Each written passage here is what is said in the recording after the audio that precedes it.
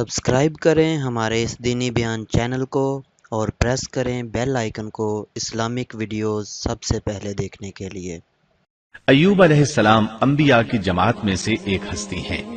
اللہ تعالیٰ نے صبر کے معاملے میں بطور خاص ان کا تذکرہ فرمایا ہے، لوگوں کے لیے ایک مثال اور نمونہ ٹھہرایا ہے۔ اللہ تعالیٰ نے آپ کو آپ کی قوم سوران کی طرف مبعوث فرمایا۔ یہ قوم ملک شام میں رہائش پذیر تھی۔ آپ بہت زیادہ مالدار تھے۔ اللہ تعالیٰ نے آپ کو بہت زیادہ نعمتوں سے نوازا تھا۔ آپ کے پاس بے شمار مویشی تھے، لا تعداد نوکر چاکر تھے۔ اللہ نے آپ کو بہت سی زرعی زمین بھی عطا فرمائی تھی۔ آپ تاجر بھی تھے۔ تجارت کا سلسلہ دور دور تک پھیلا ہوا تھا۔ اللہ تعالیٰ نے آپ کو کثیر اولاد بھی عطا فرمائی تھی۔ آپ کے ہاں 7 بیٹے اور 7 بیٹیاں تھیں۔ آپ خود بھی صحت مند اور طاقتور تھے۔ آپ کے اصحاب کی تعداد بھی کافی تھی۔ گویا اللہ تعالیٰ نے آپ کو گوناگون نعمتوں سے نوازا تھا۔ آپ روئے زمین پر نعمتوں سے مالا مال شخص تھے۔ اللہ تعالیٰ نے آپ کو آزمانا چاہا تاکہ بعد میں آنے والے لوگوں کے لیے آپ صبر کی مثال بن جائیں۔ آخر صبر کا مرحلہ شروع ہو گیا۔ آپ کا سب مال و متاع ہلاک ہو گیا، یہاں تک کہ آپ فقیر ہو گئے۔ آپ کی زندگی ہی میں آپ کی ساری اولاد اللہ کو پیاری ہو گئی۔ کسی کا ایک بیٹا بھی فوت ہو جائے تو وہ کتنا غمگین ہوتا ہے، متاثر ہوتا ہے۔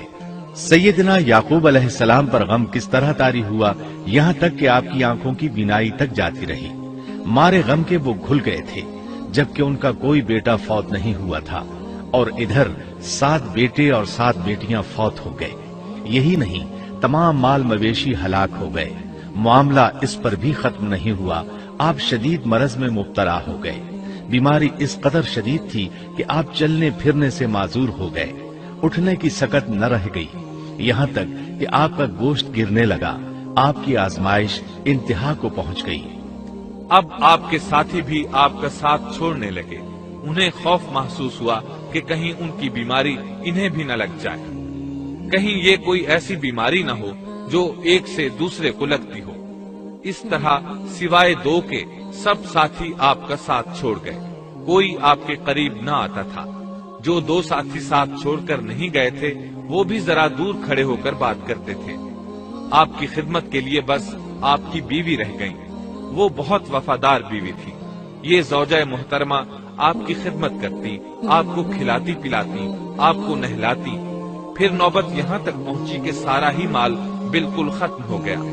اب بیوی صاحبہ نے اجرت پر لوگوں کے گھروں میں کام کرنا شروع کیا تاکہ کچھ کما کر لائیں اور خامن پر خرچ کر سکیں۔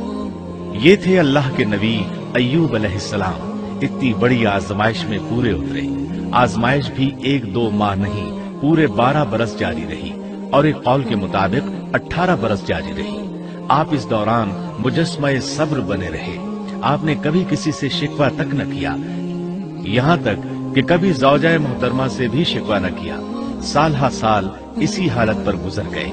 ایک بار آپ کی بیوی نے عرض کرنے کی ذرا ہمت کی اور کہا، آپ اللہ کے رسول ہیں، اگر اللہ کے حضور دعا کریں تو وہ آپ کی بیماری کو ختم فرما دیں گے، آپ کی حالت کو بدل دیں گے۔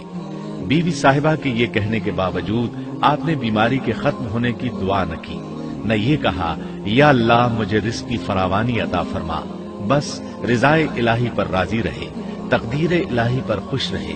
آپ نے بیوی سے فرمایا، ذرا بتاؤ تو ہم کتنا عرصہ خوشحالی اور فراوانی میں رہے ہیں، کتنا عرصہ ہم ناز و نعمت میں رہے ہیں؟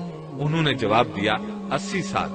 یہ سن کر آپ نے فرمایا، مجھے اللہ تعالیٰ سے دعا کرتے حیا آتی ہے۔ جتنا عرصہ خوشحالی میں رہا اتنا عرصہ بیماری اور تنگ دستی میں نہیں گزرا، اس لیے میں ابھی یہ دعا نہیں کروں گا کہ وہ مجھے شفا عطا کر دے یا میری اس حالت کو بدل دے، وافر رزق عطا کرے، جب تک مجھ پر 80 سال نہ گزر جائیں۔ جس طرح میں 80 سال ناز و نعمت کی بہاریں دیکھتا رہا، اسی طرح 80 سال تک میں اسی حالت پر صبر کا دامن تھامے رہوں گا، تندرستی کا سوال نہیں کروں گا۔ آپ کے اس جواب پر بیوی صاحبہ مایوس ہو گئیں، اس لیے کہ انہیں تو بیماری کے ختم ہونے کی اور اچھے دنوں کے دوبارہ آنے کی امید تھی۔ آپ کی بات سن کر وہ بولیں، تب یہ آزمائش کی گھڑی کب ختم ہوگی؟ چونکہ اس بات سے اللہ تعالیٰ کی ناشکری ہوتی تھی، اس لیے ایوب علیہ السلام ناراض ہو گئے۔ انہوں نے اللہ کے نام کی قسم کھائی کہ اگر اللہ تعالیٰ نے مجھے شفا عطا فرمائی تو میں انہیں 100 کوڑے ماروں گا۔ دوسری طرف نوبت یہاں تک پہنچی کہ لوگوں نے آپ کی بیوی صاحبہ کو کام دینے سے انکار کرنا شروع کر دیا۔ ان کا خیال تھا کہیں ان کے شوہر کی بیماری انہیں بھی نہ لگ جائے۔ وہ سمجھتے تھے کہ ایوب علیہ السلام کی بیماری چھوت کی ہے، لہٰذا یہ بیماری ان کی بیوی کے واسطے سے انہیں بھی لگ سکتی ہے۔ جب معاملہ یہاں تک پہنچ گیا تب آپ نے ایک چھوٹی سی بات کہی، اس میں بھی کوئی واضح دعا نہیں تھی، جبکہ اس وقت سے بڑھ کر دعا کے لیے کون سا وقت ہو سکتا تھا۔ آپ کی اس بات کو اللہ تعالیٰ نے قرآن مجید میں بیان فرمایا ہے۔ سورہ انبیاء آیت 83 میں ہے، اور ایوب کی اس حالت کو یاد کرو جبکہ اس نے اپنے پروردگار کو پکارا کہ مجھے یہ بیماری لگ گئی ہے اور تو رحم کرنے والوں سے زیادہ رحم کرنے والا ہے۔ مجھے آزمائش نے آ لیا ہے اور تو ارحم الراحمین ہے۔ مطلب یہ کہ آپ نے واضح الفاظ میں دعا نہیں فرمائی، یہ نہیں فرمایا الہی مجھے تندرستی عطا فرما، الہی مجھے رزق عطا فرما اور میری حالت ایسی ایسی ہو گئی ہے، تو رحیم و کریم ہے، بلکہ یوں کہا وَأَنْتَ أَرْحَمُ الرَّاحِمِينَ، عرض کیا میری نسبت میری حالت کو تو ہی بہتر جاننے والا ہے۔ اللہ تعالیٰ نے دوسری آیت میں آپ کی حالت کو اس طرح بیان کیا ہے۔ سورہ صاد آیت 41 میں اللہ تعالیٰ فرماتے ہیں، اور ہمارے بندے ایوب کا بھی ذکر کر جبکہ اس نے اپنے رب کو پکارا کہ مجھے شیطان نے رنج اور دکھ پہنچایا ہے۔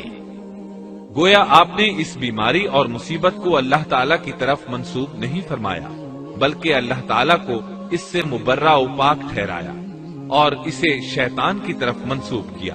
یوں نہیں کہا اللہ تو نے مجھے مصیبت میں ڈال دیا، بلکہ اس کو غیر اللہ یعنی شیطان کی جانب منسوب کیا۔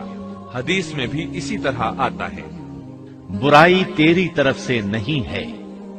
آپ نے اپنی حالت کو بھی ایسے ہی پیش کیا اور یوں عرض کیا، اللہ تعالیٰ نے آپ کی التجا کو اسی لمحے شرف قبولیت سے نوازا۔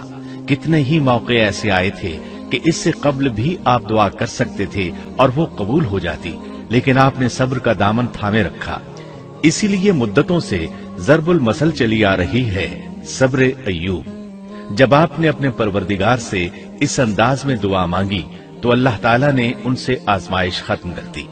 اللہ تعالیٰ سورہ صاد آیت 42 میں فرماتے ہیں، اپنا پاؤں مارو، یہ نہانے اور پینے کے لیے ٹھنڈا پانی ہے۔ جب انہوں نے پاؤں زمین پر مارا تو پانی کا چشمہ جاری ہو گیا۔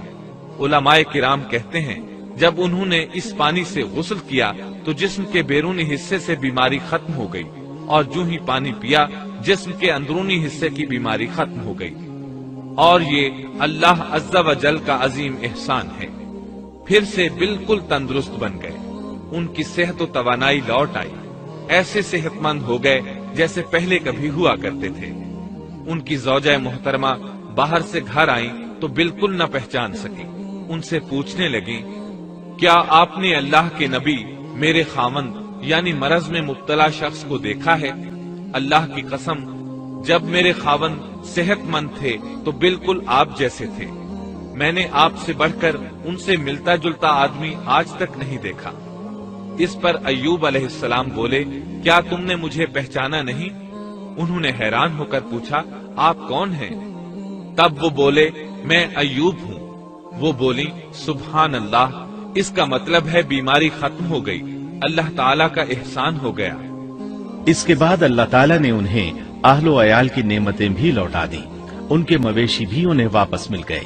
سیدنا ابن عباس رضی اللہ عنہما فرماتے ہیں، اللہ تعالیٰ نے صرف انہیں ہی اپنے فضل و کرم سے نہیں نوازا بلکہ ان کے ساتھ ان کی اہلیہ کو بھی اپنے خاص فضل و کرم سے نوازا، اس لیے کہ انہوں نے بھی اس عظیم آزمائش میں صبر کیا تھا، عظیم صبر کا مظاہرہ کیا تھا۔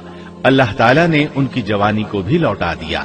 ان سے سیدنا ایوب علیہ السلام کے ہاں 26 بیٹے بیٹیاں پیدا ہوئے۔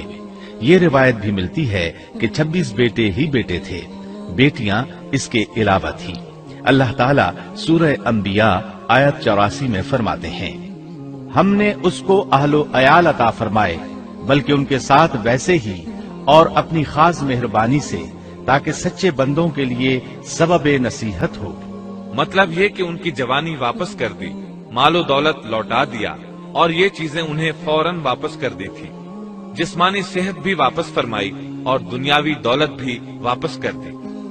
امام بخاری، امام احمد اور دیگر محدثین نبی کریم صلی اللہ علیہ وسلم سے روایت بیان کرتے ہیں کہ نبی کریم صلی اللہ علیہ وسلم نے فرمایا، جب سیدنا ایوب علیہ السلام غسل فرما رہے تھے تو ان پر ٹڈیوں کی موسلا دھار بارش ہونے لگی۔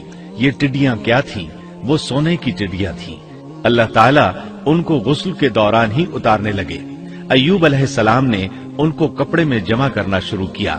اس پر اللہ تعالیٰ نے فرمایا، اے ایوب، کیا میں نے تجھے مالدار نہیں بنا دیا؟ اس نئے نازل ہونے والے مال سے بے پرواہ نہیں بنا دیا؟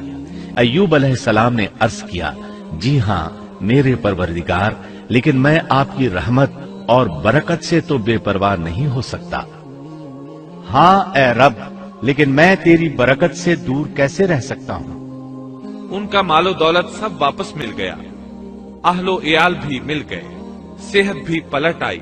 یہ سب اللہ کے خاص فضل و کرم سے تھا اور اس عظیم صبر کے صلے میں تھا جو انہوں نے کیا تھا۔ اللہ تعالیٰ نے ان کی اہلیہ محترمہ پر بھی نرمی فرمائی، جیسا کہ سورہ صاد آیت 44 میں فرماتے ہیں، اور اپنے ہاتھ میں تنکوں کی ایک جھاڑو پکڑو۔ بالکل باریک تنکوں کی ایک جھاڑو لو، اس میں 100 تنکے ہوں، ان کو اکٹھا کر لو۔ اس کے بعد فرمایا، جھاڑو سے اسے مار اور قسم کے خلاف نہ کر۔ مطلب یہ کہ ایوب علیہ السلام نے اپنی بیوی کو 100 کوڑے مارنے کی قسم کھائی تھی۔ اللہ نے یہ تدبیر سمجھائی کہ 100 تنکوں کا جھاڑو لے کر ایک بار انہیں مارو اور قسم پوری کرو۔